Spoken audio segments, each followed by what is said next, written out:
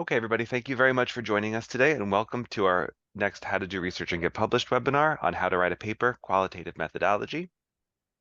Today, we're focusing on what it takes to get published in an academic journal, and we'll focus specifically on the topic of qualitative methodology. So first, I want to introduce you to our team. Janet Salmons is a methodologist, academic writer, and artist. She is a research community manager for Sage Publishing's research community on method space. Her areas of interest include emerging research methods and teaching and collaborative learning in the digital age. Her recent books include Doing Qualitative Research Online in 2022, What Kind of a Researcher Are You in 2021, Reframing and Rethinking Collaboration in Higher Education and Beyond with Narelle Lemon in 2021, and also a book on publishing from your doctoral research in 2020. She lives in Boulder, Colorado. Next, Lauren Bauman is an editorial specialist working primarily with social science titles at Sage. She's a former researcher, instructor, and graduate student at the University of North Carolina, Chapel Hill, where she earned her MA in political science. We're also joined by Maria K.E. Lehman, a professor at the Department of Applied Statistics and Research Methods at the University of North Carolina in the U.S.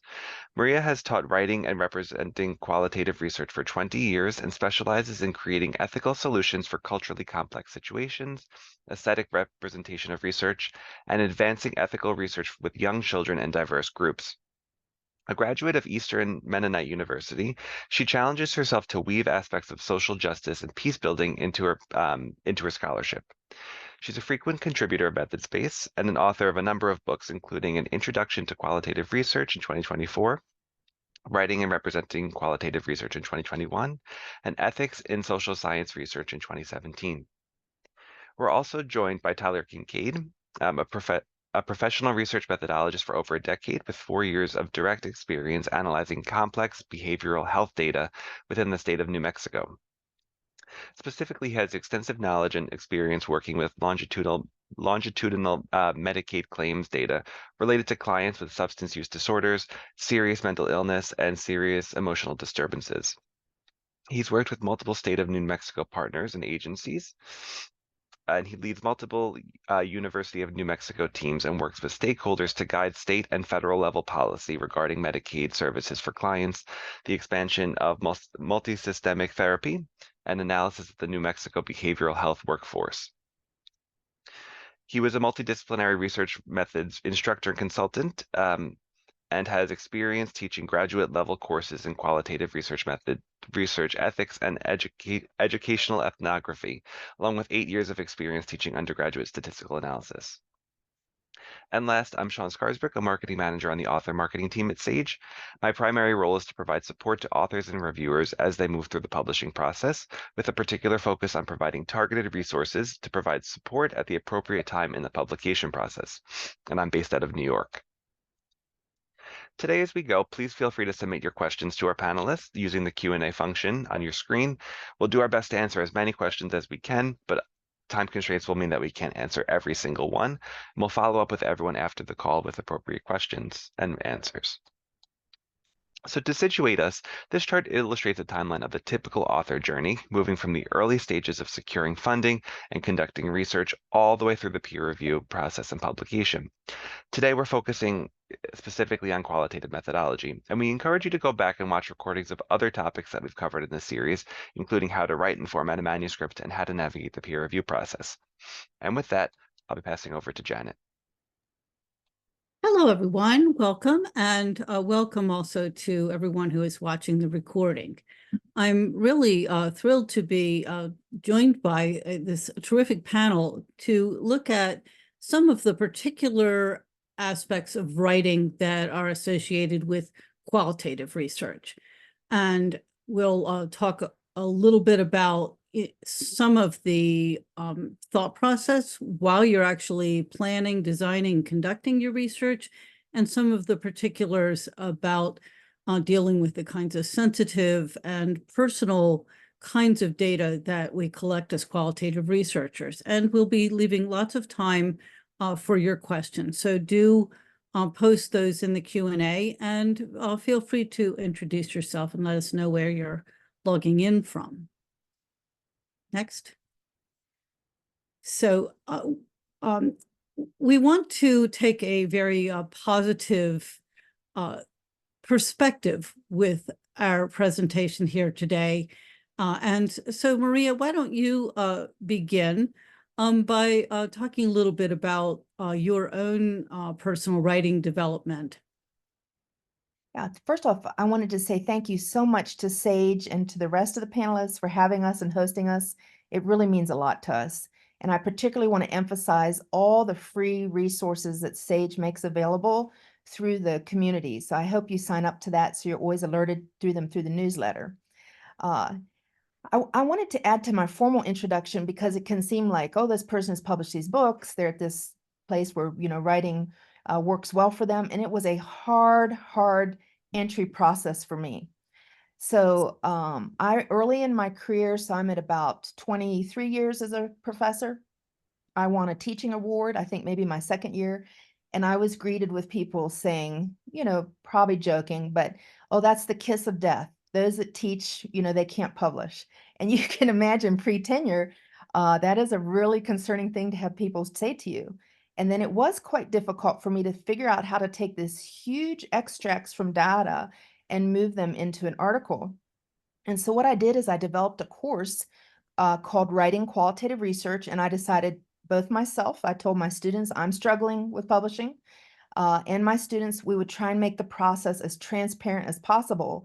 And I decided to take that deadly phrase, publish or perish. We so need to get rid of that in higher ed. Higher ed's all about trying to be inclusive, transparent, supportive. We need to get rid of that and flip that instead and say, these are transparent ways to think about publish so you can persevere. And through that course is the way I met Tyler, and we began to work extensively on his dissertation research, which really informed my understandings of reflexivity. So Tyler, did you have anything to add? Yeah, I'll jump in and add just a smidge to my own introduction, and I think Sean did a good job there. I think there's this publish, the academic world, and then there's writing just in general too. That there's grant writing, there's report writing, there's other things, and they all kind of fit together. I will say that in the getting rid of the perish word, getting onto the preserve word is, I really learned some things from Dr. Lehman about getting your hands wet, getting yourself moving. The qualitative writing class that she talked about, one of the best things I think that I got out of there was sitting down and taking a 5-minute, Maria, I could be wrong, it was 2 to 5 minutes, something like that, and writing, and just writing. And maybe whatever the prompt is, think outside of your research for 5 minutes. And if it's with a pen and a paper or it's into a Word document, just start writing, just getting something on a page. I sometimes jokingly say, try to write a sentence a day if you're stuck, because that gets you going. You write 1 sentence, you write 2, those kind of things. So, Tyler, thanks for reminding me about that. We would start the class with tasting a piece of lemon or smelling cinnamon or something like that, and just do a free write for 3 minutes to get our creative juices going again. And of course, as qualitative writers, we pull heavily on the features that literary writers use. And so this can really help stimulate that area of your writing too. Let's move on to our next slide, John.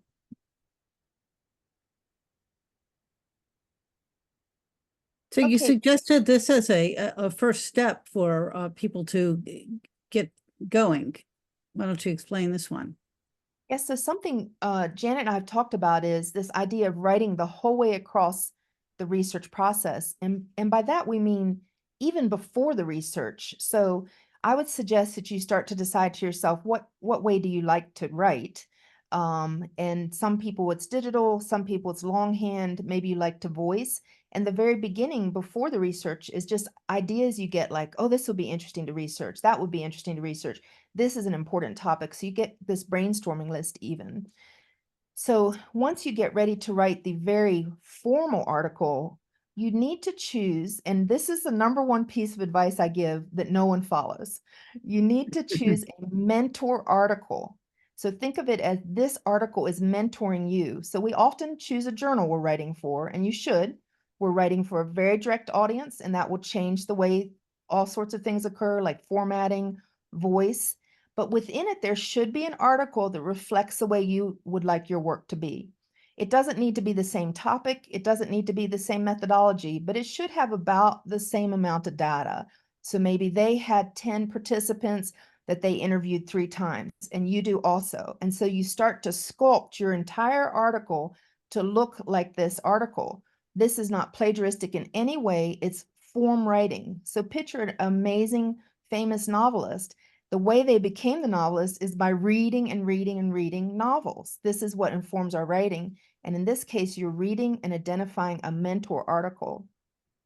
And then the last piece I would really emphasize there is consider forming a writer's group. A writer's group is a place where you can talk about your ups and downs. They can help you choose mentor articles. They can give you lots of advice. My initial writer's group is one of the main reasons I was able to publish my first several articles. And as you go further into your career, you won't need the mentor article as well. But if you don't do that initial research, you could be sending it to a journal that's a big mismatch. Tyler? I'll sort of piggyback on what Maria had talked about here. I do believe in the mentor article part. I always tell my students and try to remind myself to not reinvent the wheel. You know, look at some format that is familiar to you. Look at presentation that makes sense within the spectrum of your writing. Maria, I really try to, one other thing to piggyback on there too. I think we get too stuck in picking the journal, and it puts you into this box where you're writing for acceptance and you're separating yourself from writing good research. I think a mentor article can help with that. I also think the journal, or I'll go to the journal in a second, the forming a writers group too, for those folks that feel stuck or you really want to get your research out, have somebody look at it. Don't get stuck staring at your own work over and over and over again. That's the importance when it comes to that formal writing group. I also think that it doesn't have to be just a peer. It doesn't have to be somebody that you're in a class with or somebody that's at the same promotion level. Reach out to people that make sense. Reach out to your mentors. Reach out to folks that might think outside the box. I also really suggest people look into a reflexive journal and think about how your interaction with your research is going to impact how you write this. There is no separation in qualitative research from the researcher and the data. You know, we can't just put this into an Excel sheet and wipe out the names and get rid of identifying markers. You are now part of this data. You are part of the research. So keeping that reflexive journal, and especially to keep that in the moment, because it's so easy to forget, especially when you have 30, 40-minute interviews, not to mention maybe a 2-hour interview. You're not going to remember that emotion that you had or that feeling that you had that connects the reader, ultimately the reader, to the data the way that you were just connected there. So that's my suggestion. So we have a couple of tips here. One is finding good examples, and I suggest if people, you know, as you're reading articles, maybe you find one that has, wow, the introduction to this was so clear, or in another one, the figures and the tables really worked. Just start making files of good exemplars. And then these other two, thinking, you know, we've got both the keeping track of your own thoughts in a journal and sharing with others. So let's go on, Sean. So we're mentioning the idea of keeping a journal as you go, and I think we'll kind of weave this into some of our other thoughts as we go forward, unless there's something else you'd like to add to that. I would like to add just a little bit about the voice to text. So I always kept my researcher journal by word processing in a file. A lot of students keep it long-handed and then they paste in different clip art or do doodles. And when I first interacted with Tyler's research journal years ago when he was a master's student, I said to him, your research journal, so I thought I was reading a file. I said, it just reads so immediate. And he said, oh, well, I'm doing voice to text. At the time, I think you were researching punk rock groups, is that right? And so he had to be on the move. Do you want to add a little bit to that? And so it added this sense of immediacy that I started to call raw reflexivity. Tyler? Yes, specifically, there was an ethnography on punk rock culture. So I wasn't going to go to some area with a bunch of punk rockers and have my journal and sit down and start taking notes. I don't think that would have been appropriate. But having a cell phone in the era that we're at now and talking into it, that was totally appropriate. I could walk into a corner, I could stand, right where I was, go into the restroom, something like that. And again, get that emotional feel, really what I think as that raw data. I really like the way Maria put that raw reflexivity. That an hour later, 30 minutes later, especially a day or two later, I wouldn't have that same, that same emotion, that same interaction with the data. So, It not also it's puts easy to use. it also puts the research participants, because we're always using raw transcriptions of their immediate thoughts at the same, we're being as equally vulnerable. Really fascinating. Let's go on to our next slide, Sean. So in kind of building on what we're saying here, I mean that, your research journal, it's notes to yourself, but at the same time, it's food for thought for future writing. And not everything will be that formal journal article. You also might be writing, say, a post for an academic blog like the Sage Research Methods community where I work, or you might be writing something for a newsletter in your professional society or something on social media that will draw attention to your more formal work. So, as you're going, thinking about, the questions that you have to explore at each stage of your study, and posing those questions to yourself. Why did I make this decision? Which thing went really well, and which thing was like, oh gosh, I really wish I had taken a different tack. This is just not working. I thought this was going to be great, but I'm, really, I'm having to retrench because, I need to go a different direction. So, keeping track of those experiences as you go will give you something to work with when you come back to your study and start looking for topics you can write about. Let's keep going.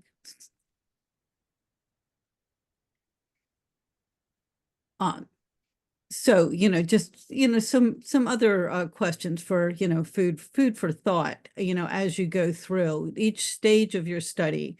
In other words, we're trying to encourage you to think about writing from the beginning rather than waiting until you have completed the study and then thinking, well, I'm going to write about my findings. That actually the process of your study is also of interest to the scholarly audience. Let's go on to the next one. So here, just, trying to emphasize this point. Anything else that you want to add about this, Maria or Tyler? Janet, the example I thought of that was the most generative, because certainly all of us have examples of things that we kept good notes on, that kind of thing, and they still haven't gone somewhere. But early in my career, I was invited to submit a handbook chapter, and I received a reject that was startling to me because I had no opportunity to rewrite. So I contacted and said, I spent a lot of time on this. What could I do to rewrite? And they said no. And I have a suspicion it was because it was so critical. Well, I took that piece, and after I got over being really disappointed, because you had to vent, get over your disappointed, I published an article out of it, and then it also became my ethics textbook. So while at the time, and it was pre-tenure when I got the reject, I thought, oh my goodness, this is such a problem for me tenure-wise. That piece was not able to come across during my tenure submission, but it turned into a book. And so I had my copious notes, everything I had done through the whole process. And that's just an example of persevering instead of completely setting it aside and thinking, well, that must have been horrible. You know, this must not have been a good contribution, but to work with it in a generative way that can be impactful beyond just your own work.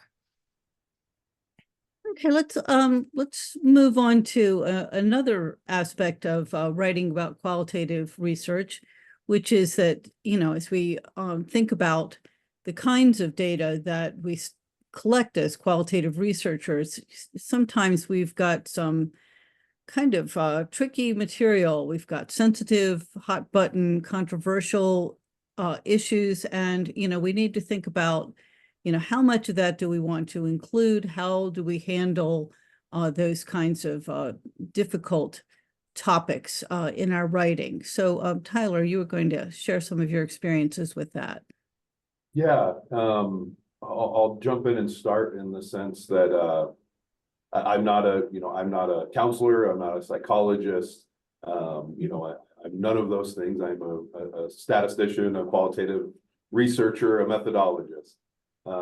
But when conducting qualitative research, I have certainly been in a situation, I've researched unhoused populations, vulnerable populations, a lot of harm reduction work, things like that, where the stories that people are telling are sensitive. You know, there are personal matters, there's traumatic events, there are bad words, things like that.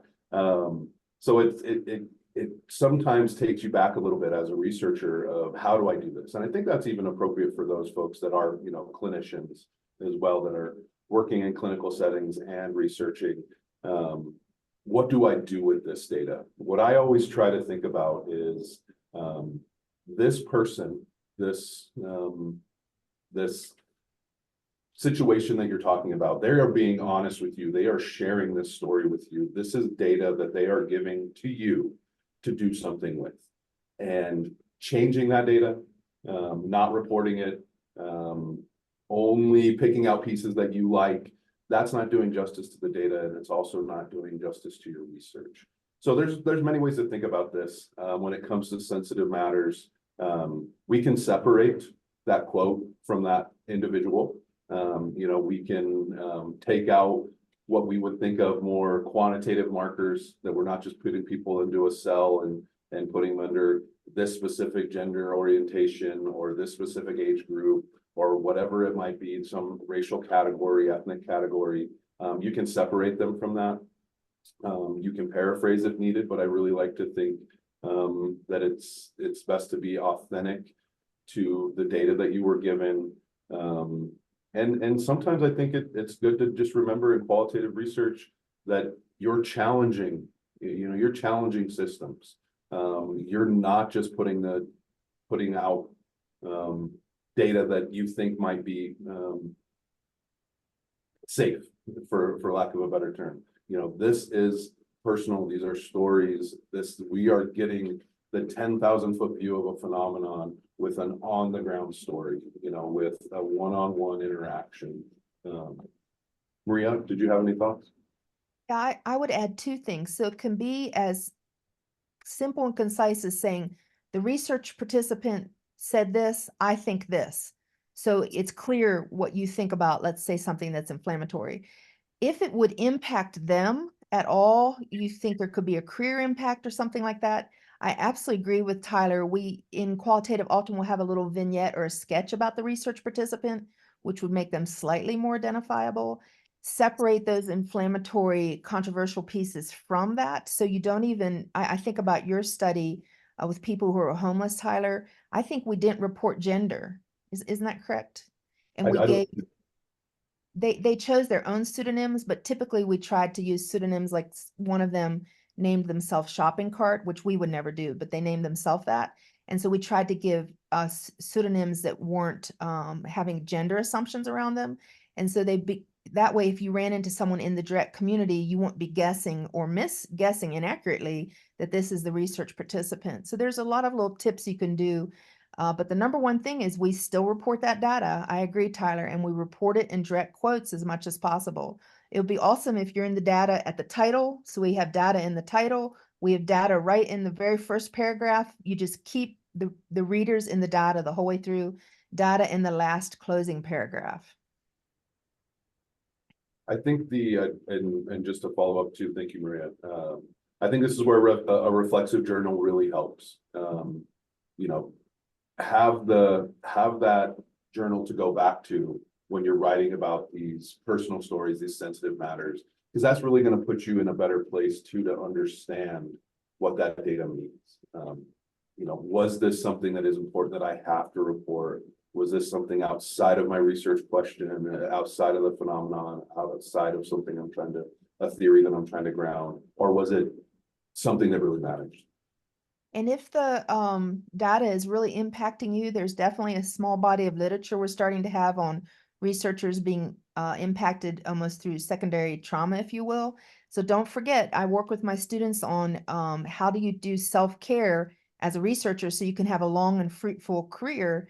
And so that's another thing where the writers group or the critical friends group can be a way to process that informally, or reach out to an advisor or professional care if it becomes an issue for you.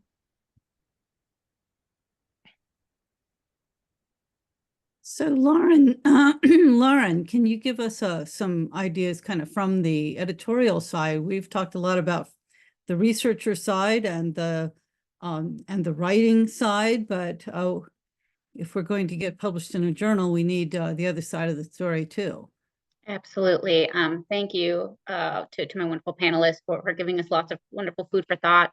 I wanted to come in with a few kind of like practical other considerations and tips. I assume most of the people who are here watching live and will be watching the recording eventually want to get their work published in a journal. So here are just a few additional things to consider as you're thinking about how do I write a manuscript and get it submitted and eventually accepted into a journal. So some tips kind of from the publisher's perspective. The first thing to do, or one of the first things to consider, and this is something that Maria talked about as well, is make sure that you really consider what are the journals you want to submit to. Now, that doesn't mean you should get bogged down on submitting just to one journal, right? But if you are interested in a journal, make sure that it's actually the correct fit for your article. There might be a journal that you absolutely adore reading, but maybe it doesn't publish a lot of qualitative research, which is maybe unfortunate, but as you're kind of figuring out the best path, you want to make sure that you're giving the best option, right, for your journal to be published, or for your journal article to be published. So, right, make sure you read those aims and scopes and journal descriptions on the page. This is especially important for, I think, qualitative research, though it's true of any journal article. Pay attention to those word limits, especially if you're incorporating a lot of interview data, right?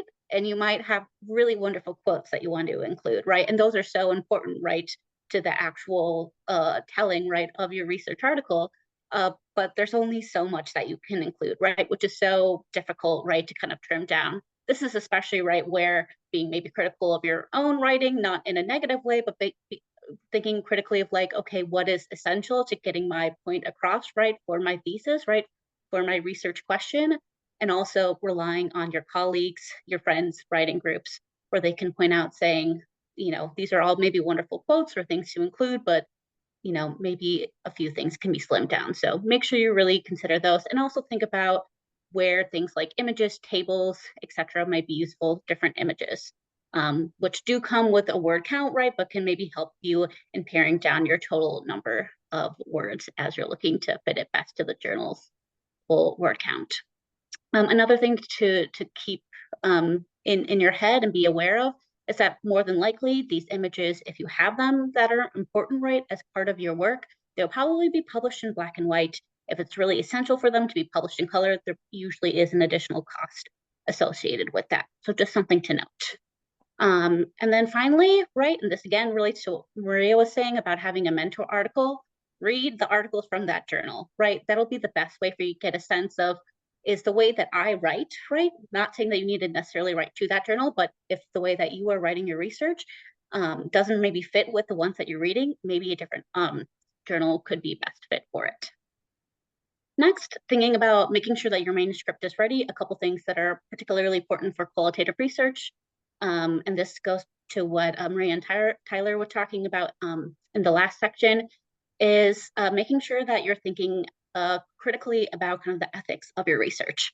So any studies that involve humans, right, whether that's in a clinical setting or not, will need to go through some sort of international review board. I'm sure all the panelists here have a lot of experience dealing with IRB. So make sure that you have that information ready, because all the journals will require that you have those ethics statements ready, right? So that you can say, I had this reviewed by my institution, my university's a research board, to make sure that we know that before any peer reviewers go through it, that proper ethics were followed. And then where it's appropriate and required, make sure, again, this is something that Maria and Tyler are talking about, that anonymizing subjects is important.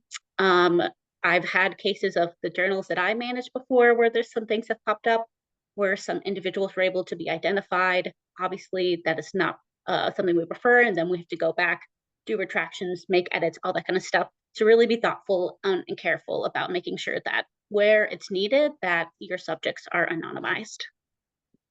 And the last thing I wanted to point out for an additional consideration, and this is something that you want to consider prior to like maybe getting funding, doing any of your research, it's the idea around pre-registration and registered reports. These are usually things that oftentimes people consider more in the quantitative world, and I think so far that is where it's been used most, but certainly pre-registration and registered reports are absolutely critical as well to qualitative research.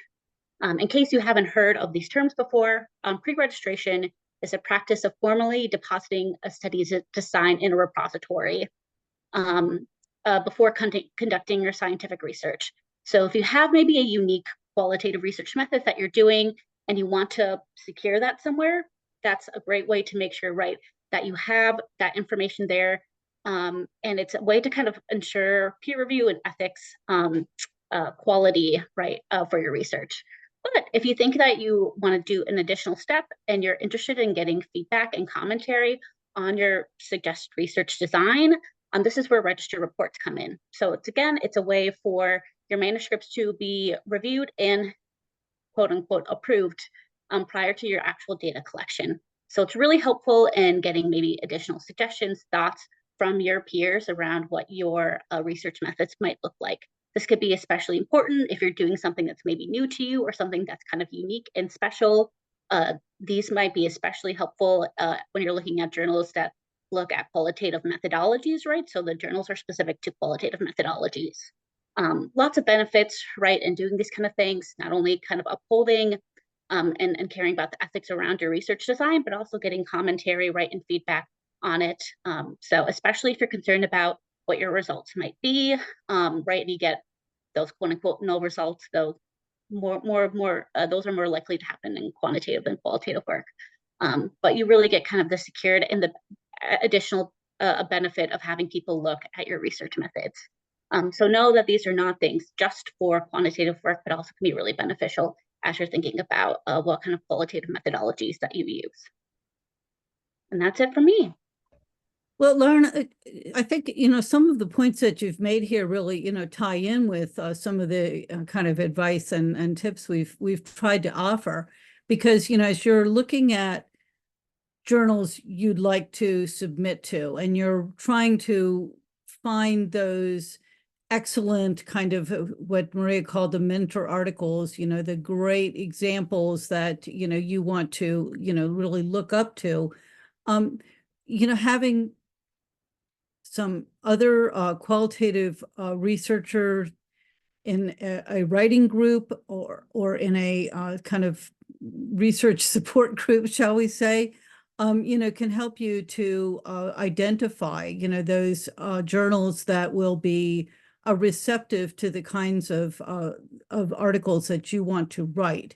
So really good points, and your points about the ethics piece, I think, are really critical as well. So very helpful. And I want to just reassure everyone who is here today and those who are watching the recording that in the follow-up email you'll receive after this webinar, we'll include some additional resources and examples and links to some of the things that we've discussed here. So kind of, don't panic.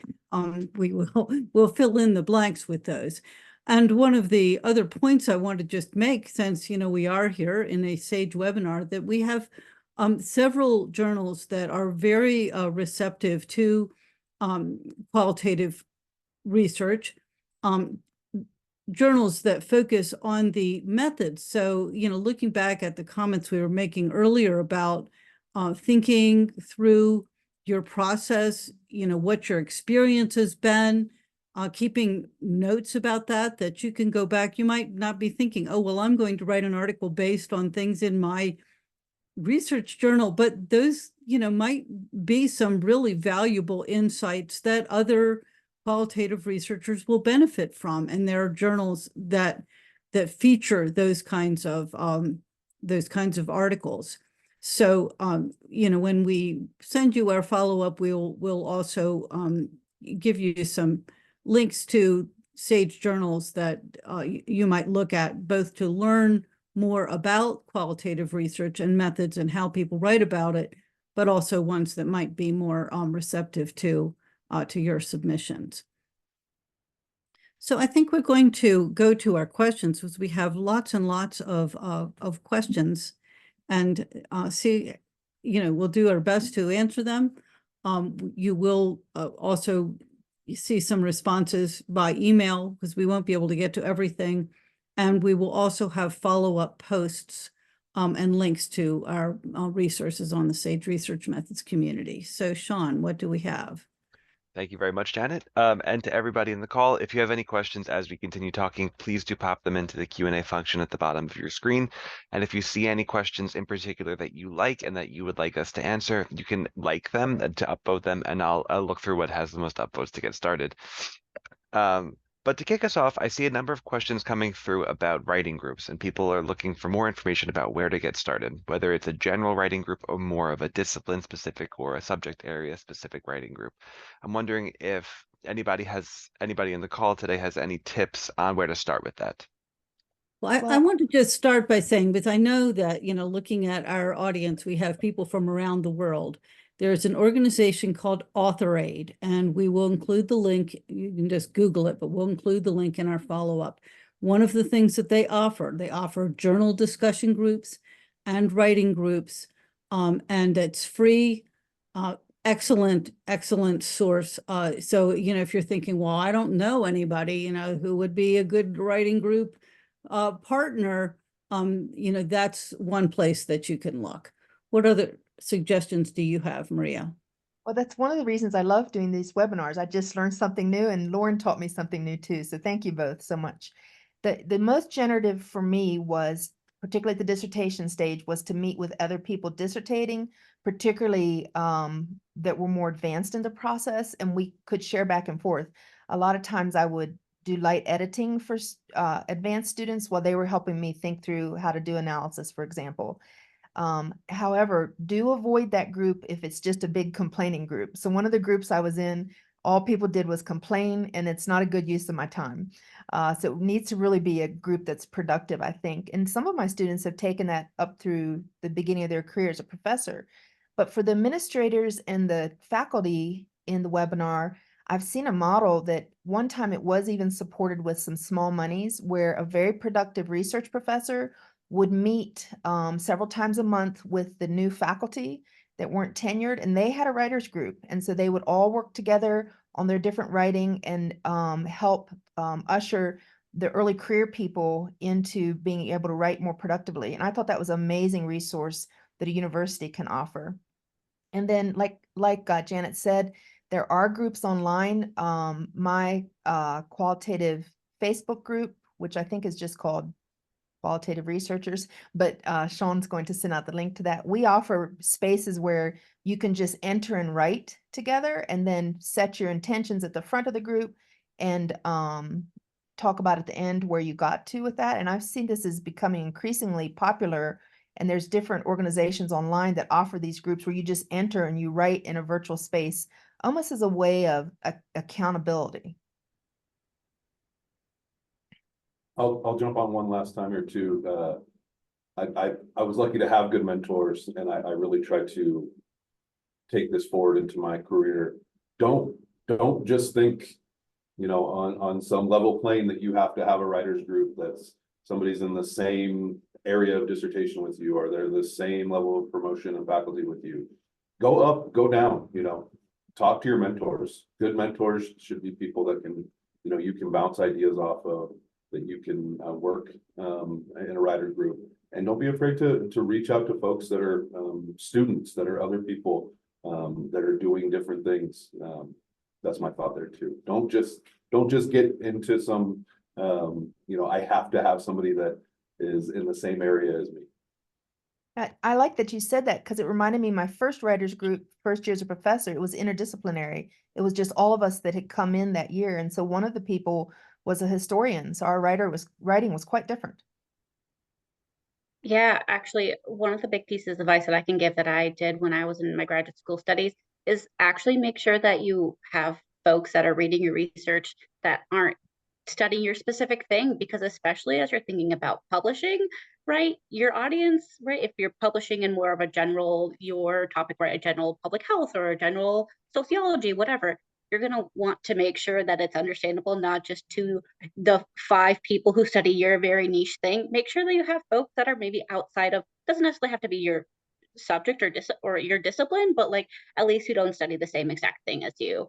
I certainly hope that you have, everyone here has wonderful mentors, but unfortunately that's not true for everyone. So know that there's a lot of wonderful faculty out there that might even not be a part of your institution, that like, see if they're willing to support. I've like done some kind of random reaching out because I had connections of like talking and meeting with people.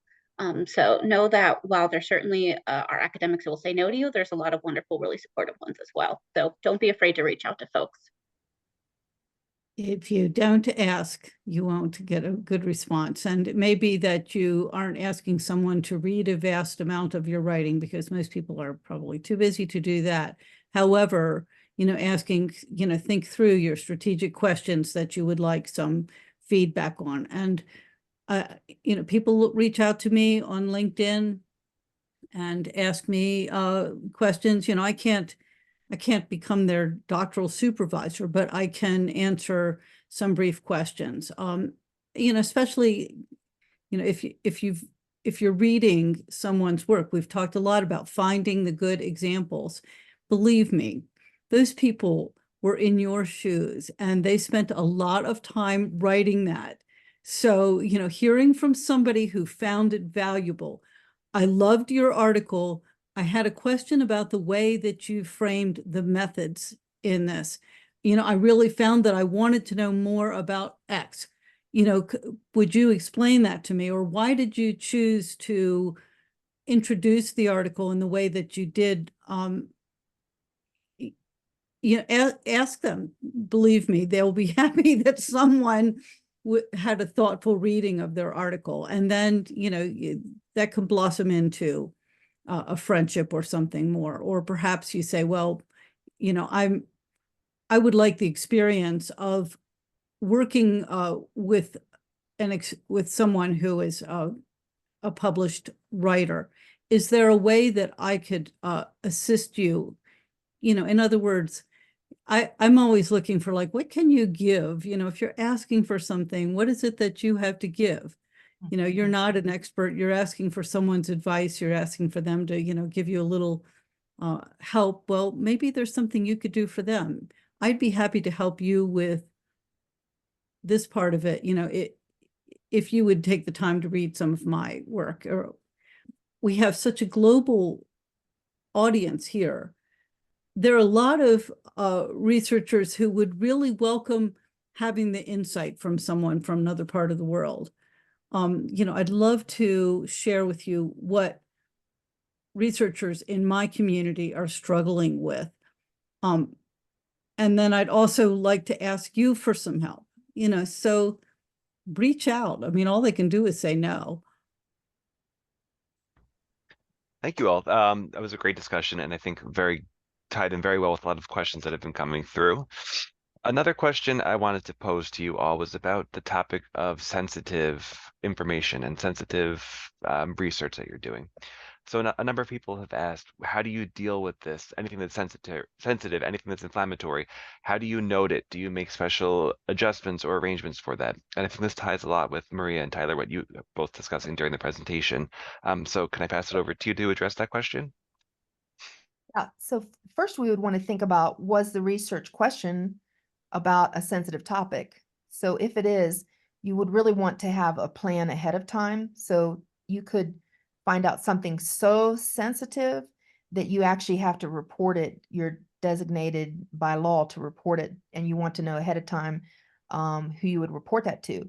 Or it's so sensitive that you have an obligation to alert the person about areas that they could receive counseling from, let's say. So if the research question is about sensitive issues, all that should be laid out ahead of time, and hopefully your research ethics board and the people that mentor you have helped you have those resources ready. Then, of course, we're doing a study and someone just starts to say something really sensitive to you. I think of an early example here where I was contacted. I was an IRB chair, a research ethics board chair for about 16 years, I think. And I was contacted because while the person was talking, they suddenly said that they were not a documented citizen. And so that wasn't necessarily the research topic, but the researcher was saying, what do I need to do with this data? And so then I walked them through the steps for what we did with that data. And in that case, you would have to think that through within your context, but within our context, we immediately destroyed the signed consent form and got rid of any evidence that the person's legal name was linked with their status within the data. And we moved to a verbal consent, which is something we can do in the United States if someone's talking about something that is considered illegal and would have a direct repercussion to them. You can do a verbal consent or consent around like someone else, two people are there to document the verbal consent, like a co-researcher. So those are some examples I think of there. Within the actual data presentation, and I know we have the whole world here listening, but within the United States aesthetic, we have the actual data that's sensitive, including, let's say they use tons of vulgar or curse words. We would have that word there. If they do it all the time, maybe we would tone it down and not have it as often, because we're not writing for a general newspaper audience. We're writing to other scholars. This is the way the person conveys who they are. So you have anything from vulgarities to things that could have massive repercussions on someone legally, falls into this area of sensitive.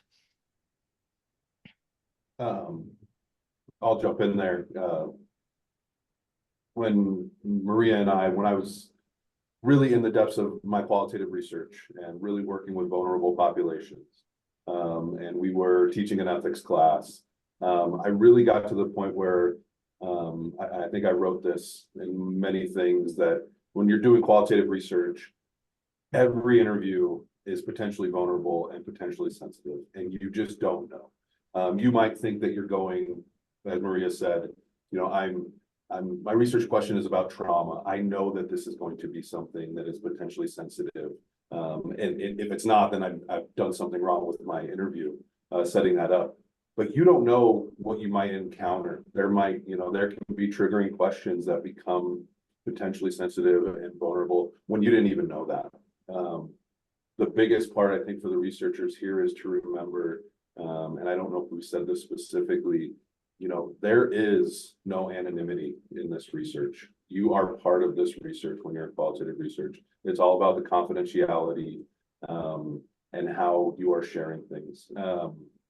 I think I'll share one example to circle back to the reflexive journal. Sometimes I think it can help to share the researcher's perspective of something vulnerable rather than just what's happening to this individual that you're in. Unless it is on track, absolutely, to the salient issue of your research question that you need to share, the interaction, the reflective piece of it as a researcher and how that maybe impacts the larger story not just this one situation. If you can share that, that can help as well too. I have that happen as a non-clinical person, where folks have for lack of a better term, they've just broken down in front of me, and I didn't know how to interact with that. That wasn't part of my research, but my interaction within that in a methodological perspective, sharing that, I think, helped. Great, thank you both. I see a question that came up that I think is a really interesting one for us to talk about. And it's the question about what happens when your study and your results prove your theory differently. So if you set off with an underlying theory and it doesn't match what happens in your field observation, what do you do? How do you justify that within your writing? Boy, that is very tricky. If you're going to have this huge mismatch, I just have to be frank and say, I think it's more difficult to publish. I think we would all want to say, oh, that should be publishable, but I wouldn't say that's my personal experience. But there are theories that are intimately who we are. And if that's what the theory is, so let's say you were using a feminist theory, that cannot necessarily be changed. I remember early in my career, a peer reviewer said to a student when they sent an article in, they said, you need to frame this in feminism. As much as I would have liked the young woman to be a feminist, she said she wasn't. She can't do that. That's an identity theory. She can't just frame it in feminism to get it published. She had to send it to a different journal.